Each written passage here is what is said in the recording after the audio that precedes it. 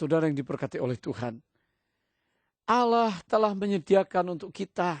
Waktu dia menciptakan dunia ini, dia katakan Tuhan memberikan kepada kita kekuatan untuk mengusahakan bumi ini. Kejadian 1 ayat 26 dan 27 dikatakan, have dominion, kuasailah bumi, usahakanlah, kerjakanlah.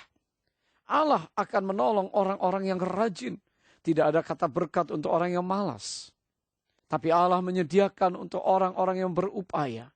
Namun kalau sudah saudara berupaya dan saudara menemukan berbagai kendala, berbagai hambatan, timbul satu kekhawatiran.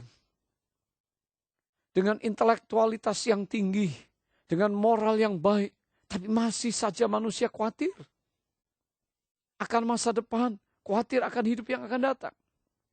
Mari saya ingin mengajak saudara melihat mengapa Yesus menegur kepada murid-muridnya tentang kekhawatiran. Dia sedang memberikan satu pandangan kepada mereka dengan sebuah perumpamaan tentang orang kaya yang bodoh. Lukas pasal yang ke-12 ayat yang ke-16 dikatakan ada seorang yang kaya, tanahnya berlimpah-limpah hasilnya. Ia bertanya dalam hatinya, apakah yang harus aku perbuat? Sebab aku tidak mempunyai tempat di mana aku dapat menyimpan hasil tanahku. Lalu katanya, oh inilah yang akan aku lakukan. Aku akan merombak lumbung-lumbungku. Dan aku akan mendirikan yang lebih besar. Dan aku akan menyimpan di dalamnya segala gandum dan barang-barangku.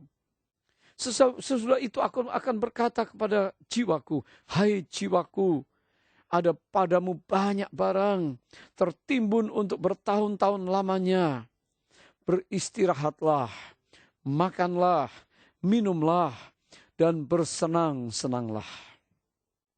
Tetapi firman Allah datang kepadanya, hai engkau orang yang bodoh. Pada malam hari ini juga jiwamu akan diambil daripadamu. Dan apa yang telah kau sediakan untuk siapakah itu nanti?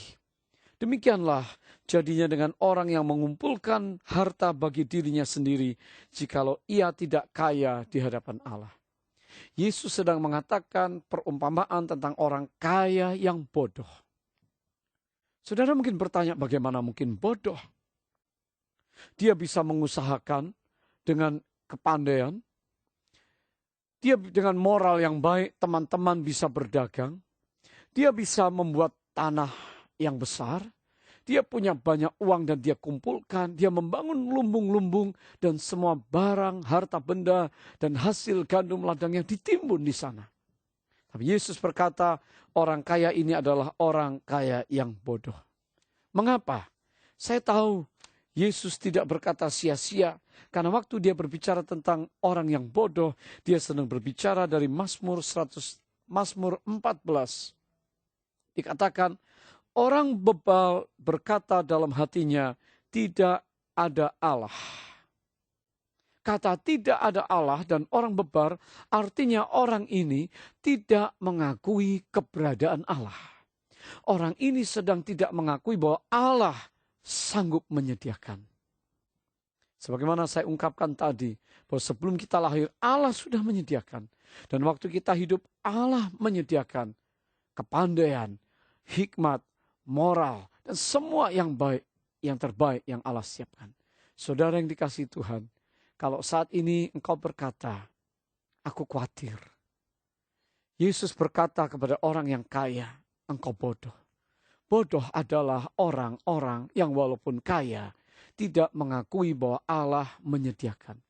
Dia kerja keras, dia banting tulang, dia mengupayakan segalanya. Dan dia berkata bersenang-senanglah, makanlah, minumlah, nikmatilah. Yesus sedang berkata kepada orang yang tidak mengakui Allah, dia adalah orang yang bodoh. Tapi orang yang berbahagia adalah orang yang mengakui Allah. Allah menyediakan walaupun sederhana hidupnya. Walaupun kekurangan, tapi dia tidak khawatir dalam hidupnya. Puji Tuhan, tetap bersama kami dalam This is Your Time. Bapak Ibu Saudara yang saya kasihi, apakah hari ini, saat ini, Anda termasuk orang yang sedang khawatir? Jujur, Seringkali kekhawatiran itu muncul, tidak diundang. Dan firman Allah katakan, orang yang bodoh adalah orang yang penuh dengan kekhawatiran. Walaupun dia kaya, walaupun dia mampu, walaupun dia berhikmat. Tapi kalau ada kekhawatiran, dia miskin. Tapi orang-orang yang pandai, orang yang pintar adalah orang yang walaupun sederhana tetapi tidak mengkhawatirkan segala sesuatu. Karena dia tahu bahwa Allah ada dalam setiap detail hidupnya. Hari ini kalau saudara pekerja keras, itu baik. Saudara mencari uang, saudara workaholic. Apa yang sedang kita cari? Karena Allah menyediakan berkat-Nya kepada orang dicintainya waktu mereka hadir dalam hadirat Allah. Hari ini saya katakan untuk saudara, Allah menyediakan. Tuhan berjanji. Dia menyediakan, Dia mengasihi saudara. Dia mengasihi hidupmu dan hidupku. Saudara yang saya kasihi, mari kita datang kepada Tuhan dan berkata, Tuhan, kalau aku khawatir, aku tidak tahu apa yang akan terjadi besok. Orang yang khawatir, dia akan melakukan banyak kecerobohan. Orang yang khawatir, dia akan apatis. Orang yang khawatir, dia akan berpangku tangan dan terima seolah-olah nasib yang datang. Saya katakan hari ini bangkit. Jangan khawatir, engkau sakit, engkau lemah, engkau tidak mampu. Allah masih menyediakan pengharapan. Allah masih menyediakan semua sarana-sarana bagi orang yang mau melangkah.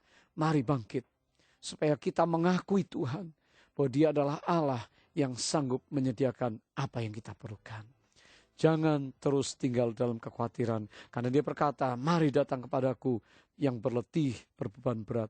Aku memberi kelegaan kepadamu. Saya ajak saudara berdoa bersama saya. Supaya roh Allah yang datang menguatkan saudara.